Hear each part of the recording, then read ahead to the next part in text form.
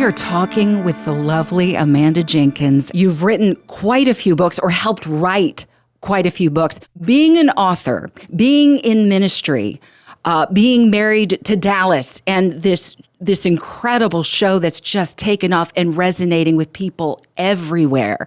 And now there is a Bible study for season 4. How do you fit all of that into a place of I'm still connected to God? The writing doesn't happen if I'm not connected to God. I'm not somebody who just has ideas, who I just want to be a writer and I've got all these ideas. I have like tumbleweeds rolling through my head apart from prayer time with the Lord. So I think it's just a built-in blessing for me that I don't ever just get to run ahead. So sometimes I'll sit down and I'll want to continue writing something, and it's just like I'm just plunking keys.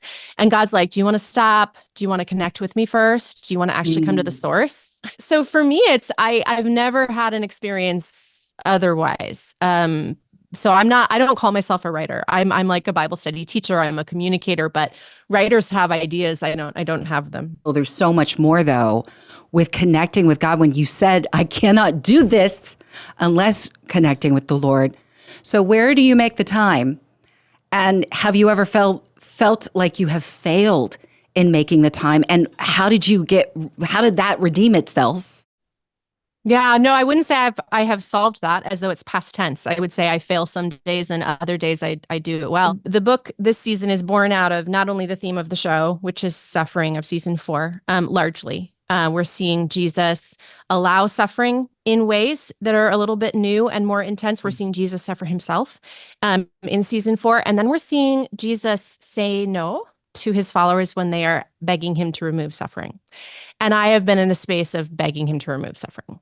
And so I have a chronically ill kid, does take up a ton of time. And I come out of desperation, to be honest. And then some days I'm angry and I don't come.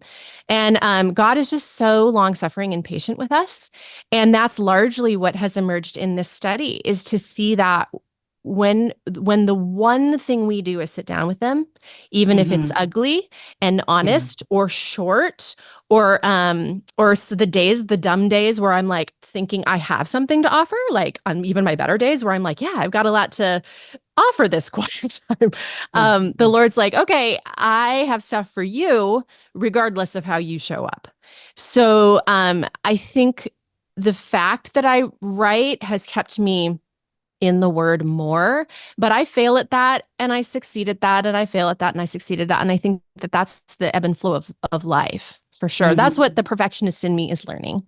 I love the transparency, because we all need to hear people that God has given platforms to just be open and share like that. Everyone in process, right? Hopefully we'll never think we've arrived. Otherwise we are desperately in trouble. Yeah. But in those times where you said, I sometimes come and sometimes I don't come, what prompts you to come back to that place of, that's right, I need to come back to Jesus? I think raising kids helps. If I'm going to help them, I need him, especially in this season for us. When they were younger, it looked really different. As they've gotten older, I think their questions are harder. Their doubts are bigger. Their fears are bigger. And so I know, especially in this season of chronic illness, when I'm like trying to help my daughter hold on to her faith and teach her to be in the Word, it put me in the Word. I mean, I think our suffering keeps us in the Word, to be honest. I'm not sure happy days keep us in the Word. I wander when things are going well. It has been through suffering that I have found a rhythm of faithfulness with the Lord, just out of sheer desperation, honestly. So good. Thank you for sharing that so much. We lose sight of this is a real person behind a show.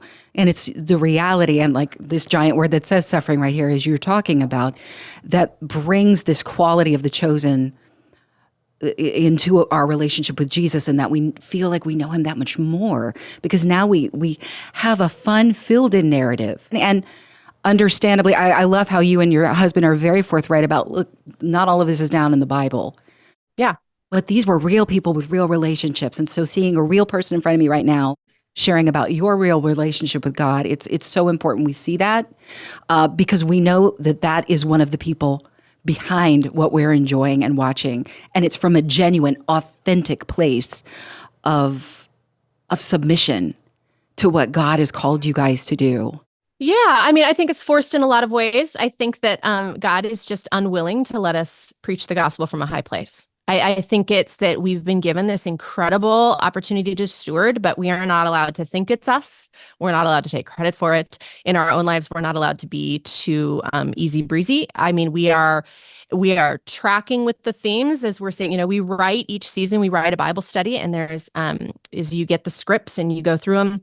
My co-writer and I actually was also my Bible professor in college. So Dallas and I have known Doug for decades, and he's brilliant, and he's one of our scholars that reads all our scripts and then says yay or nay to certain things. And so we've gotten to explore the biblical passages that the show is based on each season, and it's just enriched so much. I mean, I watched the show and I'm changed by the show, even though I'm a part of its origins. So it's been this really cool thing, but I don't think that Jesus is ever going to let us get to the place where any part of this feels like something that we accomplished. I just think he keeps us in this low place of desperate seeking and searching so that we get it right, because it does matter. And there is some biblical historical fiction in it. And so if you're going to do that, you better be also walking the narrow road of theology and make sure your themes are right. And when you are quoting scripture, you're doing it exactly right. So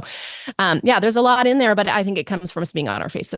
What's really cool about this particular devotional, I see that you take snippets of the show, which we're processing, and then we process through the scripture with it, and then kind of bring the suggestion of, how was it when Elizabeth and Mary had that conversation? This is the first one I took a look at, and what that would have been like. So appreciative of that. Is there anything that you would like to share of being a wife involved in ministry, in supporting what you're doing right now? How do you do it? Really, it's always the measure of how much I'm plugged into the Lord. Like, he's just really grace-filled when we give our time to him to give us his resources. And so there's not a trick, and there's no difference in stewarding a television show than there is in stewarding anything else in our lives. Like, people's lives are busy. We're too busy. I think distraction is something that I confess to him almost on a daily basis. I'm sorry, I'm so distracted. I'm sorry, I'm so distracted. And so I'm trying to find little ways where instead of scrolling, I'm listening to a worship song. Instead of, I love podcasts. I could listen to them all day long, but they are filling the space. And so I'm trying to go, okay, instead of this, I'm going to just talk to the Lord about my day. I'm trying to find more places than just my morning time to plug him back into my awareness, being more aware of him, more present with him. Love how you just said, I'm not as attentive to him as he is to me. And he is so grace-filled. It's so true. And I'm just blessed to be a part of what's happening right now, and just sharing about this book and getting to talk to you. Bless you guys. Thank you so much for your time.